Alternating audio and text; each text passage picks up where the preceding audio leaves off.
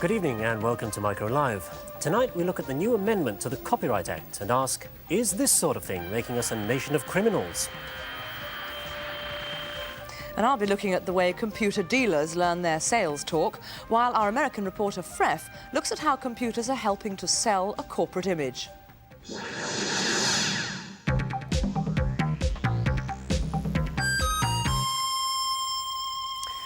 Do you ever wonder whether computer dealers actually know what they're talking about? I was in a well-known high street computer store last week and I overheard a woman being sold a Commodore Plus 4 home micro under the impression she was actually buying the much more popular Commodore 64. Well, that's a bad enough mistake for a home user, but imagine being sold the wrong system for your business. In the end, of course, it's all down to the dealers. So how do the better dealers stay in touch with what's new? There's a major computer event happening in this hotel, but it's one you may never have heard of.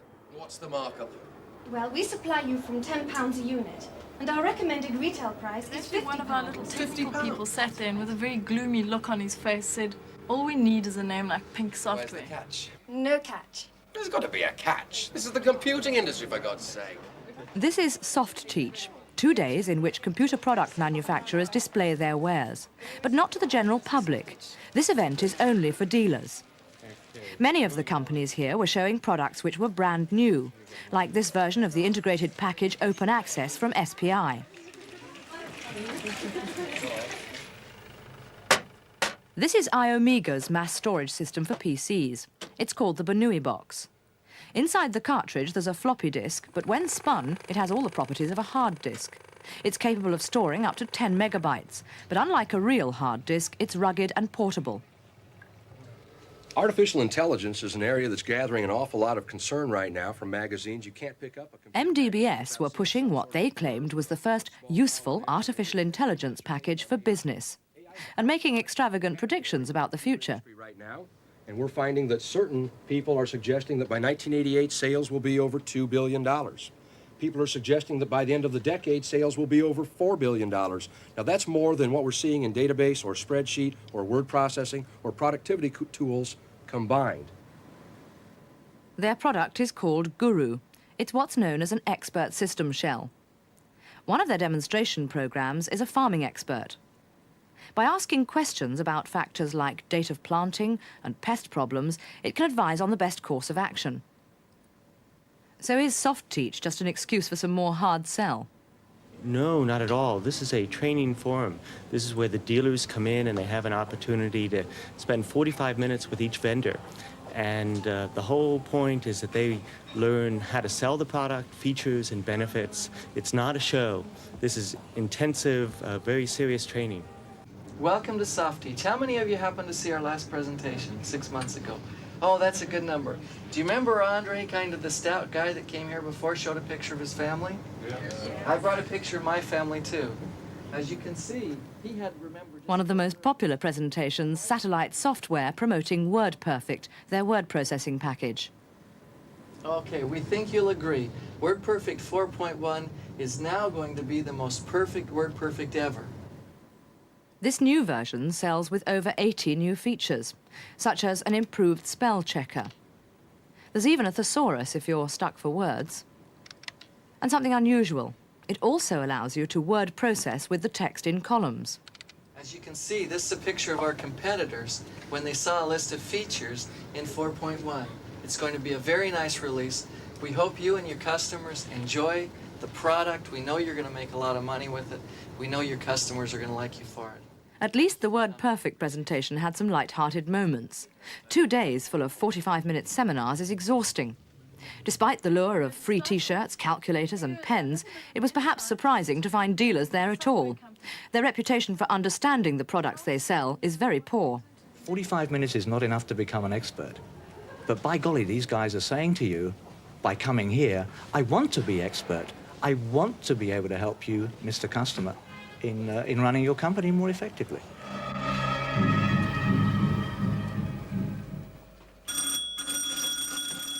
A dramatic approach was used by One-to-One, one of several competing electronic mail services. Hello! Telecom Gold are the market leaders. We're the last into the market. I would estimate we're in second place now. Telecom Gold, without being too rude, take the attitude, well, we're out there. You catch us up if you can, and why should we join you? Cynthia, where the hell are you? I've had Jenkins on the phone 4 times already, and Robertson called... Cynthia, don't cry. You had an upsetting experience driving to work. I did warn you about buying that C5. Electronic mail has got tremendous potential. I don't think it'll be realised until all the services have an interconnection. One-to-one is willing to do this. I wish the other service operations were just as willing. All right. I'll expect you when I see you. That's all I need. No secretary for the day. One-to-one electronic mail, Mr. Rimboard. Rambo. Looking at Soft Teach, you'd think everything in the computer industry was rosy. So whatever happened to the recession? Well, I'm not sure that recession is the right word. Since 1980 to maybe last year or recently, if you didn't talk 60 and 70% growth rates in the microcomputer industry, everybody thought you failed.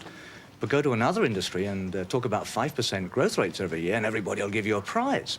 So let's just scrub recession and call growth not quite as much as it was a few years back. So the good people will continue to survive and continue to run good, profitable businesses. This is a new adventure game called Fairlight from software house The Edge. Like most software nowadays, it has various forms of protection to prevent it being copied and to stop anyone listing it to discover the programming secrets. But in this month's copy of your Spectrum magazine, there are details of how to break through some of that protection. By using various pokes, it's then possible to increase your lives, to carry more goodies and so on.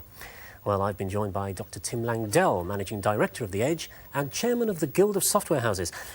Tim, does it worry you that that kind of information is being published? Well, in this particular case, no, for a couple of reasons.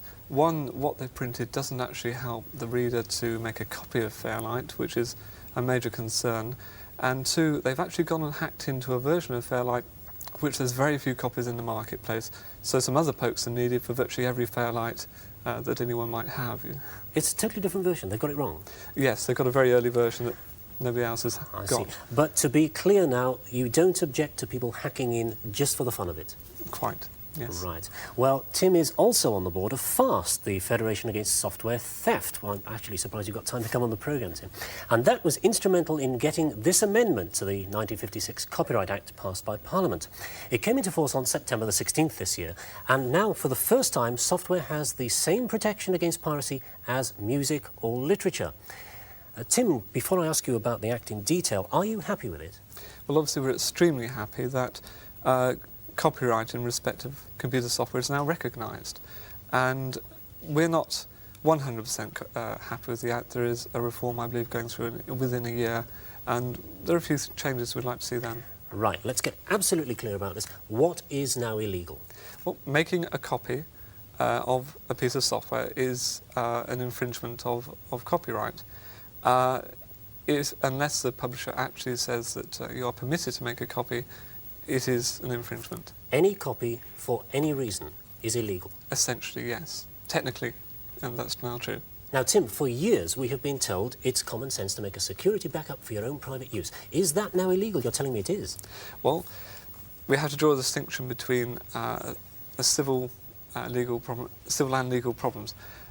What the Act has given us the power to do, and what we're primarily interested in, is where people are making copies for commercial gain, either swapping them, selling them, or whatever. We can now take very serious action in those cases. But are you going to be taking action in the case of somebody making a single backup copy for himself? I would be very surprised if people in the publishing community are concerned about people making true backups. It's when they give the backup to a friend or give away the original copy and use the backup that we're concerned. So nobody is going to be prosecuted for a backup? Is that what you're telling me? I would be surprised, but I obviously can't speak for the whole industry. Right, well, let's move on to what I'm sure most people would think is illegal, and you certainly do, and that is the case of children who swap in the playground. Now, what is going to happen to them under the new legislation? Well, anyone who actually starts swapping programs, copies of programs, or sells them to friends, or indeed sells them commercially. There are advertisements in the back of newspapers and so on, advertising that these are for sale. They are liable to have action taken against them now. And will you prosecute a 12-year-old? I think we've got to very seriously look at any case. We would be approaching the school, the headmaster, if it's taking place in the school. As for specific cases, I don't think I'd be fair to judge on that. You're not going to tell me whether, in fact, you will prosecute? It's very difficult to sort of make a statement. It's, insofar as it is wrong now to copy software, maybe, but I just don't know. Right, well, let's come on to something which I demonstrated a few weeks ago, which is this unit here. It's the beta disk drive, which enables you to put software which is on tape onto a disk if you've got a Spectrum. Is this now an illegal thing to use? That's a very good question. There's not a simple answer at this moment. My view, personally, is that where a product like that is used to make a disk copy, where you couldn't otherwise make a disk copy, there isn't a disk copy in existence, then it seems a fair enough device. But where it is used to make a disk copy and then you give the original to a friend, or it makes copies which you then give away or sell, that is infringement of copyright.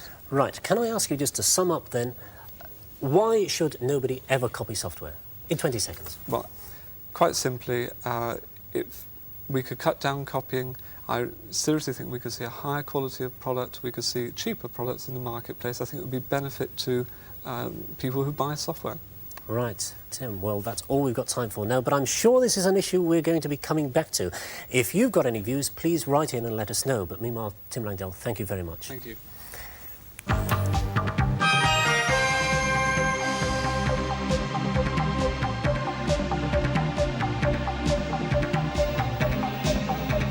The Labour Party unveiled its plans for information technology in a major policy document this week. The shadow industry spokesman, John Smith, says Labour has a 9-point plan which will provide markets, finance and skills needed to develop the IT industry. The document emphasises the need for companies and unions to work together and says there should be a national training strategy developed. Just over an hour ago, Britain's leading professional computer exhibition, Compec, closed at London's Olympia. Underneath the exhibition gloss, there was a nervousness among manufacturers anxious about the current slump. Some of the big names, Microsoft, Apricot, Lotus, decided to stay away. The industry is going through the worst depression it's ever known. However, that didn't stop some exhibitors launching new products. Like this system, which can freeze a frame from a video camera. It converts the grey levels into colour and prints out the result. The printer uses inkjet technology and can reproduce 36 colours. In fact, printers were much in evidence at the show, with prices dropping as performance improves. One clear trend to emerge is printers offering a choice of fonts, like this latest from a Japanese manufacturer. It wasn't only hardware and software that was on offer. High-paid jobs were being promoted too. The exhibition is sponsored by Computer Weekly, which this week publishes a recruitment supplement aimed at the elusive skilled worker. For the first time, there are half a dozen recruitment companies exhibiting at Compec. Their presence at the show reflects the increasing shortage of skilled people in the computer industry. How the industry meets the demand for these skilled staff is one of the major crises it faces. And finally, from Japan, the latest in memory, a plastic card with built-in chips.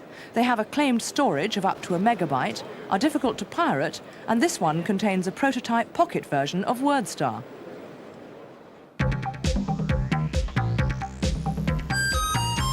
"9:30 in the morning, and an executive bus ferries prospective corporate customers from the local airport. They're buying for their own organizations, not for themselves, and the company they're visiting is saying, 'Buy from me, not from the opposition.' To do this, they've designed a kind of technological Aladdin's cave. I sometimes think that in America, selling is as necessary to existence as breathing. People just don't believe things until they're sold on them. And if you're a big company, you've got to sell them in a very big way. Here in Grand Rapids, Michigan, one of America's largest corporations has built what they call a living laboratory, although what's actually being tested might be the technology of the big cell itself. Good morning. morning. Welcome to Westinghouse Thank Furniture you. Systems. Hi, I'm Shirley Thompson. I'm Cheryl Edwards. Cheryl, nice to meet you. Blaze Keith. Blaze, I recognize you from your pictures. Thank you. Hello, Rick. Good to have you here. Thank you for coming. We're going to be going this way to the customer center, so if you'd like to step around the corner. Okay. Thank you. From the moment they arrive, every potential customer also gets a personalized electronic welcome. All over the building, computerized message boards like these are lighting up to announce their arrival. It's one part of the VIP treatment they'll get today, from plowing through the deep pile carpet to plowing through the smoked salmon for lunch. We've prepared some agendas of today's activities so you can get an idea of what's in store for you. Their custom is worth a lot of money. An order might run from thousands to millions of dollars. Like most American companies, this corporation has an image to project both to its customers and to its own staff. And this electronic message, like many things these customers will see today, comes to them courtesy of computers.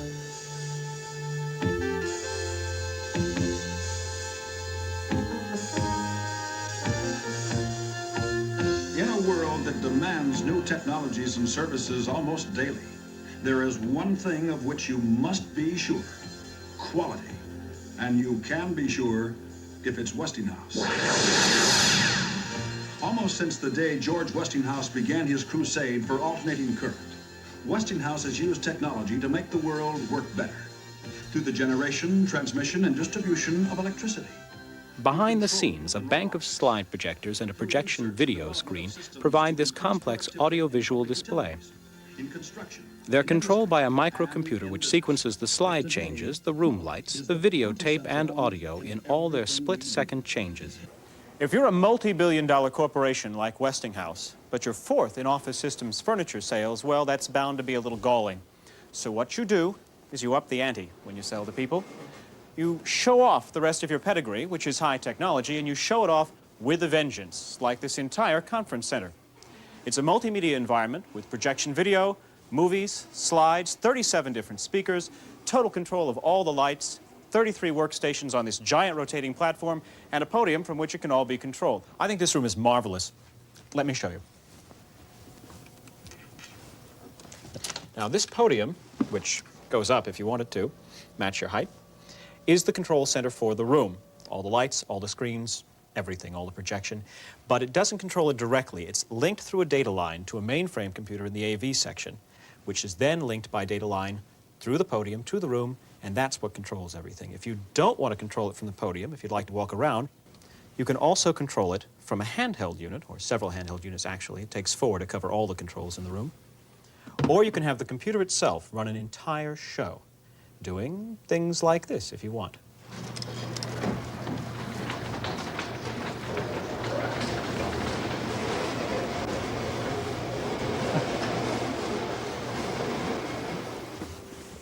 But funny as that last bit was, it's important to remember that this room was designed with a serious purpose in mind, not just impressing Westinghouse's customers, but also impressing Westinghouse's employees. Each of these workstations is arranged for a kind of maximal efficiency in a seminar. There's a smoke exhaust, so if you're a smoker, you won't bother your neighbors. There's a light you can flash to indicate to the speaker that you want to ask him a question. You have your own work light, and of course you have electrical outlets, data terminal connections, and phone connections. This is what the company makes, office partitions and office furniture. So why has it spent $15 million on building a kind of industrial Disneyland? Tom Rosewall is in charge of marketing. Westinghouse is a company that is known as a big corporation, very technologically oriented. And it's able to develop relationships with some companies that are in the forefront of computer technology, understanding where they're going. And I think it boils down to a major series of investments. We make investments in our product, trying to incorporate that technology. We make investments in our facility, because in many ways this facility is a living laboratory for testing both our products and the computer-related products as they integrate into our own. If you would please step this way. We're going to be taking you on a tour of our facility here on this computer-controlled vehicle. This vehicle is completely computer-controlled by this computer right here, and it follows a frequency-generating wire within the floor in order to guide it through our factory. In view of Westinghouse's position in the transport business, it's not surprising to find this prototype vehicle being tried out. What you're looking at is one of the largest space frame structures in the United States today. The people mover, as they call it, has to follow a very precise path and has a number of sensors on board to help avoid bumping into things, or, more important, into people. It takes the customers on a tour not only of the factory, but also of the sales and marketing offices. Best operators as far as telemarketing in the world. This is where we do the life cycle testing of the product. Here you see the robot literally opening and closing these doors to these lateral files. What this does is test the life cycle, how long the product lasts. It's difficult to know what will wear out first, the robot or the furniture. Westinghouse makes robots, so they've got to be on show, even though this one is Japanese. Everything so far is designed to create a space-age image. It's been polished steel, polished glass, and polished technology all the way. But this is the part of the tour where shop window gives way to the reality of the shop floor. And even this is polished. Workers take as little notice of the people mover as they do of the robot mailman, which follows a fluorescent strip painted on the floor.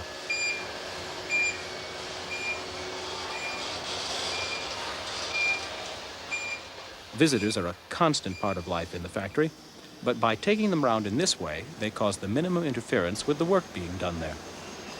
But now, it's time for another video. Because the shop floor is so noisy, an infrared beam transmits the audio track of each presentation into a sensor on the vehicle and enables loudspeakers to play the soundtrack on board the people mover itself. In a spirit of good industrial relations, this presentation was recorded by an employee, not an actor. Our area begins here where the 16-gauge steel frame material arrives from our own roll form line. We use semi-automatic equipment like this MIG welder to position and weld the frame pieces into an extremely strong frame. Most of the work on the shop floor is surprisingly unautomated. This is the technology of the hammer and the Stanley knife. Westinghouse owns the Unimation Robotics Company, and yet there are very few robots here. This is reality, and with the present state of the art, the high-tech solution is not always the right solution. We've had quite a few of the Westinghouse people from Unimation in the plant do a survey. We've got the good applications we're already using with the robots. We are studying others, and we do have plans for additional robots or material handling devices that are very similar to robots. It's not so easy to work them into the workplace, is it? Well, especially in our application, because our parts are large and heavy. We need big robots in order to handle them. I think integrating is the big part of it, because a robot per se, like in this machine here, the robots work well, the computers work well. When you gel it all together with the automation, trying to get it all going the same direction at the same time, that's what's difficult. I think this one's given you a lot of trouble so far. Well, this has probably been the least successful of any of the pieces of equipment we've put in so far. And this was the very job they were trying to automate. Today, it's gone back to being done by hand. We do appreciate you coming today and spending some time with Westinghouse. After the grand tour and a grand lunch, the serious business of negotiation. And of course, the environment has to be right for this, too. One of the main points about these sales meetings is to avoid distractions. But people do have to be reached, so if a phone call or a message comes in... Westinghouse Message Center. This is Tracy. Can I help you? Okay, I'll get a message to her. That person's name and badge number is flashed on the display. If they look up and see their badge number, they can then come over to this silent printer, read their message, and act on it if they feel like it through the phone system. This panel also serves as a control for the entire room's lights, projection facilities, and so forth, and it has a couple of extra goods. The environmental temperature indicator, a thermometer to those of us who aren't into jargon, and something called a data acquisition time improvement monitor, which is a fancy way of finding out what your meetings actually cost. And so the cost ticks away each minute on a screen. But what do all these fancy devices accomplish? Well, boy, that's a tough question to answer. What does it accomplish? It provides us the opportunity to try new technologies and see how they fit in the office. We're in the business of designing furniture, building furniture to fit into offices. Unfortunately, we also have to accommodate electronics and all of the other products that fit into your office environment, the file folders and everything else.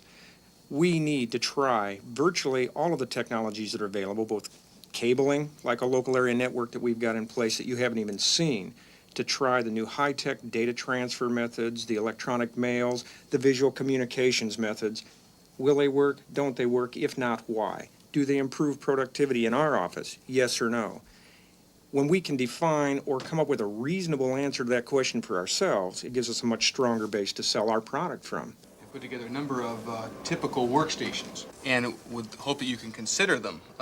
What you see in these workstations, of course, is a composite of our panel system and some of the components that go with it: work surfaces, cabinetry, shelves, seating. And if we can get your agreement on them, we'd like to pre-book them today. An important part of clinching a sale is to be able to visualize what the customer wants. This is the CAD room here at Westinghouse. CAD means computer-aided design, but you don't start with a computer. When you buy systems furniture from Westinghouse, you start with a questionnaire. If you fill that out honestly, they know the kinds of things you're really going to need in your office, and then Westinghouse works together with your designer to come up with a two-dimensional and then three-dimensional plan that uses the space most efficiently. That's when you come here and, using the computer, finalize your selections. So this is where we're seeing a three-dimensional mock-up of one of the workstations the client, have selected. Right. Based on the results of the questionnaire, our system has selected this typical workstation for you. One of the things we can do is change the color. We can make changes to it. These three-dimensional computer models can be endlessly changed until the customer is satisfied. Once the three-dimensional plan has been agreed, the system automatically comes up with a complete list of the parts needed to make your furniture. And it then produces a direct order which goes into the mainframe computer, which keeps track of what's happening on the shop floor. As you said, it comes from the CAD system. It's entered in as a bill of material onto the mainframe. From that point, it dynamically creates a scheduled production and shipping date. We know within 10 minutes to 2 hours on an order that's been entered when we anticipate shipping it and when we anticipate manufacturing it. So what we have here is computer-managed manufacturing with every order tracked through the factory using specially printed barcodes. It's this tight control of the flow of goods and materials that produces more productivity than any amount of robotics could. But there's no doubt that as the technology improves, more and more of this process will become automated. Do you think your customers really do respond to the kind of stroke that goes on when they come in here to see your products? Yes, they do. And even if they didn't, we would have to comply with that image anyway, when your primary competitors do the very same thing. We're not in this for the fun of it. I mean, at the end of the day, we manufacture furniture, but we sell office environments. And I think that people in our industry and the facility that they're housed in has to epitomize what their industry is all about. When all the offices in the world are as advanced as this one, what do you do for a show then? Something better. Freff reporting on the American way of selling. Well, that's about it for this week. But if you'd like a chance to win this computer music setup, then watch Saturday's Superstore tomorrow morning. That's unless you're watching the MicroLive repeat, in which case you've missed it. Next Friday, Mac will be looking at the IBM's impact on the personal computer industry in a special report called Big Blue and the 40 Dwarves. So, until 7 o'clock next week, it's good night from us.